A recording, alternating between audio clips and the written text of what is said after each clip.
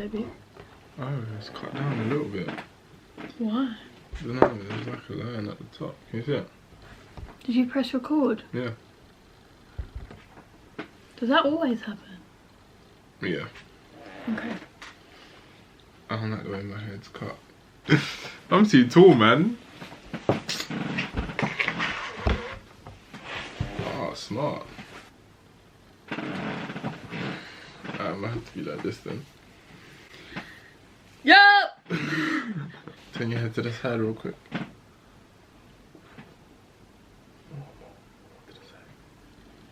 Ooh. Right. Right, guys. You got the questions ready? We gotta say hello. Hi guys, welcome back to our channel. Welcome. So today we are bringing you a new video, as we do weekly. Weekly. Ooh. Voice of angels, I know. 5 things that we wish we knew before we started our business. So we thought we would do our own take on what we wish we knew before we started our fashion brands. Yeah, this will be mainly fashion brands, but I think you can kind of incorporate some of it's quite universal to every business startup. Yeah. The chair's a bit creaky. You guys don't think I'm farting? It's just a chair, you know. Alright, should we stop? So we've written them down just to provide us with a bit of focus. Mm-hmm. So it's really hard when starting a business, and I think a key thing is to not rush. Yeah. Perfection takes time, mastering your industry takes time, and I think a lot can be said for planning before you officially start. Put all your eggs in that basket. Yeah. I like, you're right. I feel like if we knew what we knew now, we would definitely take much more time in doing that information first before. And if and if you'd watched videos like this, you'd be more clued up. There you go. So I'll put a light bulb. So we can all win. We can all master this business life and be the utmost successful people that we can be. Alright, what's the first one? Number 1. Very to the point and very simple. Tell them. It's harder than it seems. Starting a business, owning a business, running a business is harder than it seems. You're really gonna get to the point where you really need to like focus and like make very hard decisions and things like that, because obviously every decision that you make from the start, it can kind of affect it. Yeah, and one way that I really slipped up on this is, obviously I've spoken a little bit before about how I kind of started Luxe by Laura to be a little bit of, you know, just a bit of extra money, just basic reselling of clothes. Yeah. If you think that you are just going to be grabbing some clothes and selling them, unless you've found some miraculous trend that no one else has tapped into, or you've just struck lucky, it's not going to work like that. Exactly. One major problem as well that I had was I had the mentality that, oh, that's nice, I'll be at the wholesalers. Oh, that's nice, I'd wear that. Oh, that's nice, I'd be that. You're not shopping for yourself. This is a business. I'm telling my past self your off. past, yeah. You're not shopping for yourself. You need to think strategically about what you're selling, why you're selling it, and why people are going to come to you and not to Sally's store down the road. Facts. That was me thinking it's not very hard just to sell on some clothes, but it is. It is. If not, everyone would do it. On my side of the story, I kind of realised that, you know, getting like t-shirts and just like putting my logo on it and things like that, it looks nice, but it's kind of like other brands can do that. Do you get what I mean? You really need to be different in a way in order to, you might get a few, you get some decent sales, but you need to be different because it won't last long. Do you get what I mean? Your customers might buy that. They might like that t-shirt, but what is going to make them continue shopping with you? Yeah. And that's where you've really got to push your mind and your creativity to differentiate yourself from what everyone else is doing. Exactly. I think this brings us on to our next point, actually, which is that you're going to be many different roles. Yeah. You're going to have to be creative, an accountant, the executive marketing agent. That, if you want to be. Yeah, it's mad. There's a lot of things that you have to do, and you need to take that into account. Yeah. There's like so many roles, and especially if you're starting off by yourself. So I think the key is to be organised. Mm-hmm. Split up your time. Make sure you know what the priorities are. Yeah. And there's little hacks, like you can go online and there's like these social media poster companies. Mm-hmm. So not like a poster, as in like they post for you. So we use one called Later. Yeah. And you schedule when your posts are going to go up. Mm. So you can do it for the whole week, and especially if like you're someone like us, you're working at the same time, you've got a day job. You use that a lot, innit, while you're working. Yeah. You got a day job, and you feel like you're neglecting your social media. You can program that to go and be, so using helpful tricks like that. Yeah, well, that one's actually a good one. We'll put that in the description below. Yeah, we'll put the link for that. They have an app and also a website, so you can download the app on your phone, or even just go on the website and literally upload pictures, schedule when to post them. Yeah. Add captions and all that. You do need to have a subscription, but that's for like extra stuff, innit? Yeah. You don't have to be the best at like one thing. If you're not a great social media marketeer. Yeah, marketeer? Yeah. I think so. Marketer. We'll go with that. Then find some hacks, you know, use some cool fonts, just like, or watch some videos, watch some online courses on how to promote your social media posts even more. You don't have to know everything, but you have to be committed enough to going to find the answers. Yeah. You can't have strengths in all the fields, so you've got to find a way to master. And you don't have to be the best. This is the key thing. You don't. But if your overall package is there, then and you keep going, you will be successful. Exactly. 5 hours later. We had a mare. The camera died. Yeah, camera died. So, and the charger was at Laura's house, so we had to go to her house.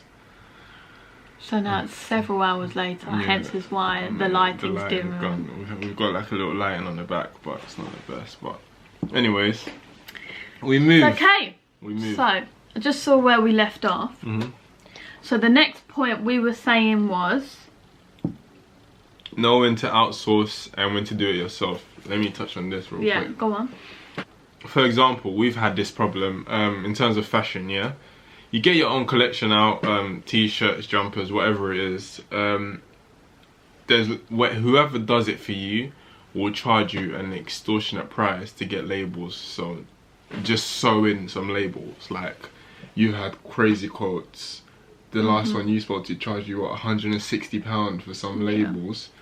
Like, sometimes you really have to go out your way and find out how much you could spend to buy the labels yourself, and literally buy some thread and needles, sew it yourself, or maybe take it to your local like seamstress or something. Dry cleaners. There's tailors. They tend to be able to do that stuff. So you just got to eliminate costs where possible. And obviously when you're getting thousands made, like getting a few labels put in, the manufacturers will charge you nothing for that. But at the moment, where little costs actually add up into big costs, you need to be saving them and doing it yourself, because it's just not worth the money. And I'm not a great sewer. Like, you just have to learn and find a way and try again. You was watching videos when you first started. Watch YouTube. Our fellow YouTubers, I'm sure there's some great seamstresses out there. Therefore. it's basic. So but yeah, literally whatever field of business you're in, so just looking into finding ways to do it yourself, but then also knowing when it's the right time to outsource, when it's going to be something that is really detrimental to your business, and you have to accept the fact when it's not your forte. And if you know that this is going to be the make or break, or this is like a key aspect into really getting your product out there, if you can afford within your budget to outsource it and get someone to absolutely nail it, a professional who does it day in, day out, for example, web design. If your web designing skills are not very good and your website's looking a bit meh, and you know it's not conveying the full potential of your product, get someone else to do it. I mean, it's going to cost you like for a web designer, it costs you hundreds. If you invest in that, the product could help the product sell itself. Yeah. So you have to make up them decisions in your head and weigh up the options, and really think about, if I do this, is it going to bring the value of my product down? Is it going to badly affect, or am I actually saving money here within which it's a smart move kind of thing?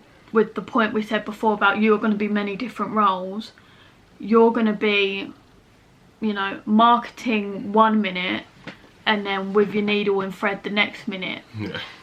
I mean, it's the most diverse situation you'll ever be in. But until you're at that point where you're going to expand, you have to cover all options, all roles. Yeah, so it's highly essential, especially if you're trying to, like, not everyone's got hundreds of thousands of pounds to invest into a brand like we didn't.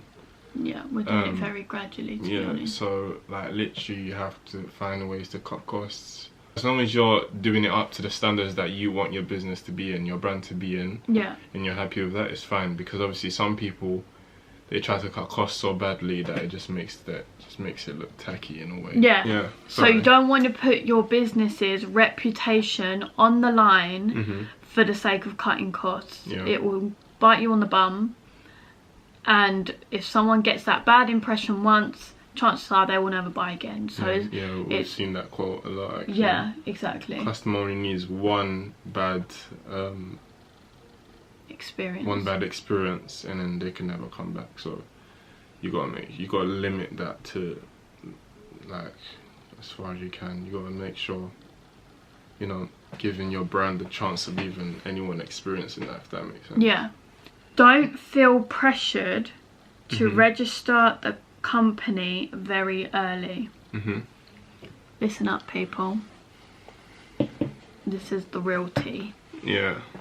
We started and we thought we want to do everything by the book. How can you be more by the book than registering your company with the people above? People who are not registered in the UK, they might, I don't know how the rules are in different countries, but we registered our company through Company's House. Yeah, we thought we'd tell them, you know, we're all legit. Yeah, that's literally company number. Company number. Company registered address. Everything. We poured out our heart and soul to these people. And should we have? Probably not. We were hung up on it, on registering, you know, get that done, make sure it's all legit, don't want to get told off or in any trouble. You're not going to. Take your time, start your business, settle into it, get turning over a decent amount, and then register it. Company's House and the government and HMRC to know what your business is earning. Really, if you're earning over the 12k mark, you should register to submit so they know your finances are in line on what you're making. So don't quote us on this because we're still learning ourselves, but this is the same information that we got from Google. So if you're and making this cements what we think anyways. Approach your startup business with a very optimistic mindset, because you might not make 12k in the first year.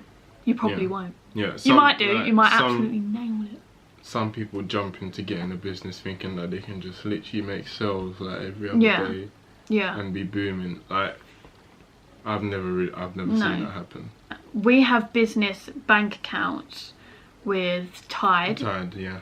They're pretty decent. Don't have any problems with them. I would suggest always, when you buy stuff for the business, using a business bank account like that. We don't pay anything for that, do we? No. There might be a slight fee on certain things, but they do charge certain fees for certain transactions and that. But it's little stuff. It's like £1 here, even though we're not too hung up on this. But no, but it's not like a subscription fee. Tide especially as well allows you to add receipts. So if you take like screenshots or pictures of the receipts, and you can add it straight onto the bill onto the Tide account. It allows you to keep proof on things like that as well. We would highly suggest on keeping all the receipts. For example, if you own a brand, if you're like paying for postage and things like that, keep the receipts all together. HMRC and all that malarkey, they love to just come and knock on your door and ask you questions, and they have every right to if you are selling as a business. You've got all of your transactions there under one roof. You know every payment you've made in regards to the business has gone through that account. So if you needed to sit down and go through it, you know it's all there. So we would very highly recommend you to get a business account. And then you're not going through your personal bank account trying to depict what was for the brand, what isn't for the brand, and things like that. So we would recommend that. As we said before, we are still learning about the whole registering your company, taxes, all of that. But our advice here, and please don't take it as financial or business advisors, we're not financial or business advisors. They don't care until you need to start paying them money, or you're making a considerable amount in which they need to know about it. So just do your research, take your time with it, don't get too bogged down with it. And I think sometimes it might be handy, like if you've got a local tax office, they have like shops, basically tax places. You could be doing this for like maybe a year, close to almost 2 years. You never know, you could be reaching a point where like your business could be literally making sales all over the place. So it's best to get yourself prepared to get to that point where you've got all your accounts sorted, literally everything's on point. You don't have to worry about anything. So having an accountant would be good. And things like that, you really want to look around and get someone you trust. Taxes are the one thing I feel like you do not want to mess up with. You don't want to mess with the tax, man. So the last thing we wish we knew before we started our businesses was the importance to take time to understand your business values and vision. I feel like if I took the time to kind of like note down what my vision was, what I was trying to reach, what like type of audience I was trying to reach as well, and just noting down your vision beforehand, before starting everything, just so you know what you're getting yourself into and what you want your brand to be. That's very essential. I feel like I've only just gotten to the point where I'm like, I know my vision and I know my values and things like that in terms of my brand. Because of the way I started my business, I didn't bother with all this because my brand was never meant to be what it is now. So over the last 3 to 6 months, I've then realised that I want to have an established brand with core principles and values. Therefore, I've had to try and establish what they are while my brand is developing, which I really would not recommend. It's hard trying to sell when you're still making your business model. I'm having to still run a business and then make the changes behind. So at the moment, that's why I'm not doing much at the front end of the business. I've almost stopped pushing it. I haven't done advertising or anything like that in months, because while I'm still nailing the back end of the business, what is the point in pushing stuff that doesn't align with what I'm now wanting to do? Exactly. If that makes sense. You don't want to chop and change all the time, which is a fear that I have at the moment that my brand is kind of doing. But I'm hoping chopping and changing now is for the greater good, so that eventually it's going to be everyone at their own pace, really. But you touched on a good point, because literally as soon as I made this mistake, where literally as soon as you start a brand, you're like, let's focus on the Instagram, make an Instagram account, post pictures, get the followers up, you know what I mean, like all this like matrix type of things. I feel like I should have started with like noting down some points, focused on the website, be having like a very user-friendly website, focusing on the product, stuff like that. There's so many things that you need to focus on the back end before you focus on like this social media stuff. And I feel like you can't emphasize enough, I know you impatiently want to get started, get selling, and the product's really exciting and get out there, but if you really nail them core values and your vision and where you want it to go, it will excel your business. You will just go into it, and once you get started in the selling, it will be like bish bash bosh, and then the development will roll on from that. Sometimes people fall in love with the vision more than the actual product. They fall in love with the vision so much that they're just like, oh, I have to get this piece. Do you know what I mean? Those are the 5 things we wish we knew before we started our brand. And there's no right or wrong way, and it's easy for us to sit here now and say it because we've been on a massive learning curve and we've still got so much more to learn. But if this can provide any support to you or an insight to you, and maybe make you think about if you're ready to start a brand, or you're going into starting a brand, what you need to think about.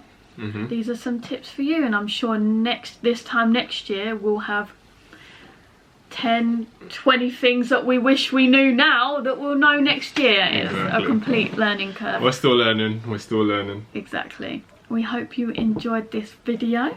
Please like, comment, subscribe. You know the drill. Okay. Press that. Oh yeah, we have a new icon as well, so press that little... Oh my god. No, it's on this side, right? I think it's on this side, over here, I think. Here? If you press that little icon there, you get a little subscribe button. Ding. Yeah. Thanks, guys. We appreciate it. We'll see you soon. Peace. Bye.